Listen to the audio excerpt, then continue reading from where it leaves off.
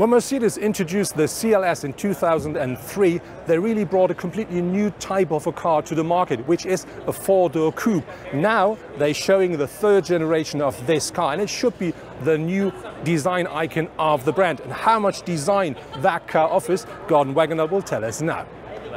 That car is the first true designer's car. The first generation was the first time when designers were allowed to actually do a car looking like a design sketch, with a very small greenhouse, low roof of course, nice flowing silhouette, high belt line, big wheels pushed into the body, and that concept was so successful that of course now we are seeing four-door coupes all over the place from all manufacturers in all different classes, but still CLS is the true original. And so we kept this responsibility, and we kept the DNA of the first CLS, which is basically about this super extreme flowy silhouette, and we just clean it up. If we like it, we take a line off. If we still like it, we take another line off. And as you see, there's no line left, which is the next level in our design philosophy of sensual purity. And basically what we do is we sculpture the whole thing with light and shadow with this nice bone line, is what we call it. To do that, to reduce the lines, it's very crucial to have great proportions, because proportion is everything in design.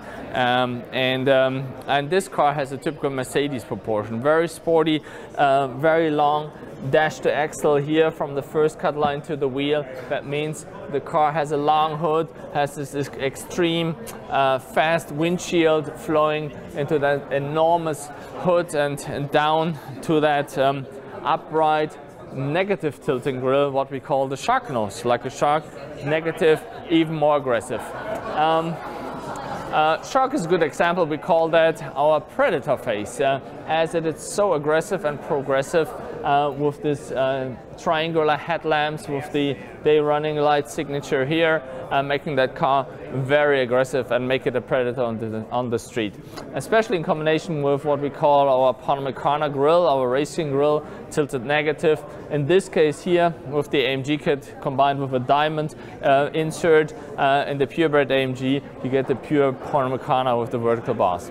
Here it works nicely with the AMG A-frame here in the lower body with these fins. So overall, it's a very progressive, very aggressive combination here. So that's the next level in the exterior design. If we go into the interior, my friend, it's nice to see you. Thank you so much. On another Thank you. So let's have a look inside.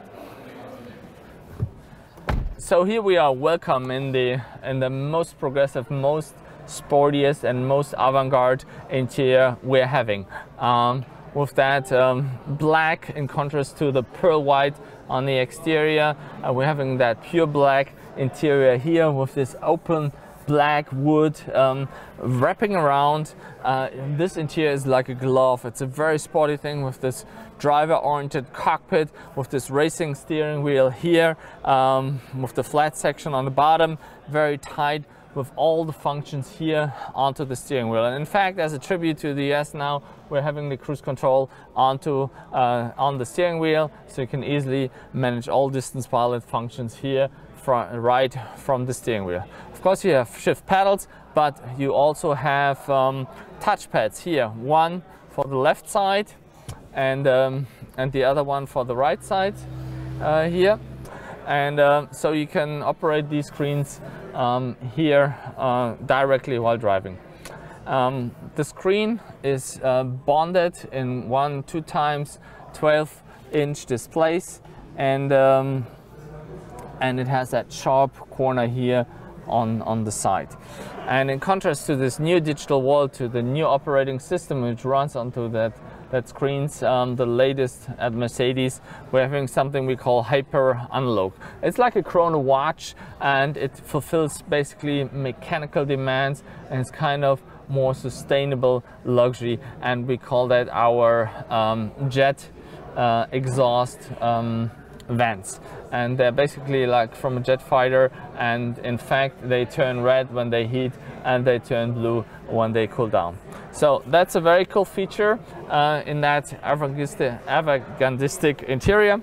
And as you can see, even though that car from the exterior was so radical, so low, inside you have a lot of head clearance, you have a lot of room also in the rear.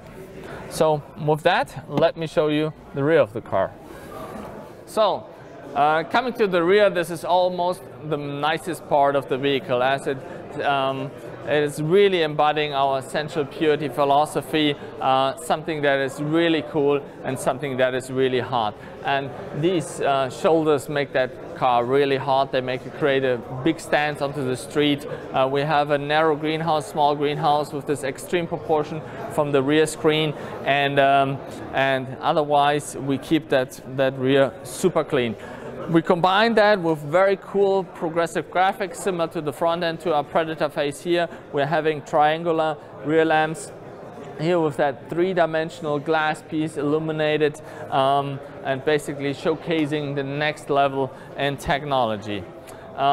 We put the license plate in the rear bumper that allows us to present the star very nicely onto this full and clean surface, and make that car the next design icon in the next generation for the next decade. When the CLS will hit the market, Mercedes will only offer 6-cylinder engines for that car. These are either a diesel with 286 or 340 horsepower, or a petrol engine that will then offer 367. But very important, this big petrol engine will also have the so-called EcoBoost system on board, which is powered by the new 48-volt system, and that will offer us another 22 horsepower just to give the car the extra kick for a short moment. Later the year, they will also offer 4-cylinder engines for diesel as petrol as well.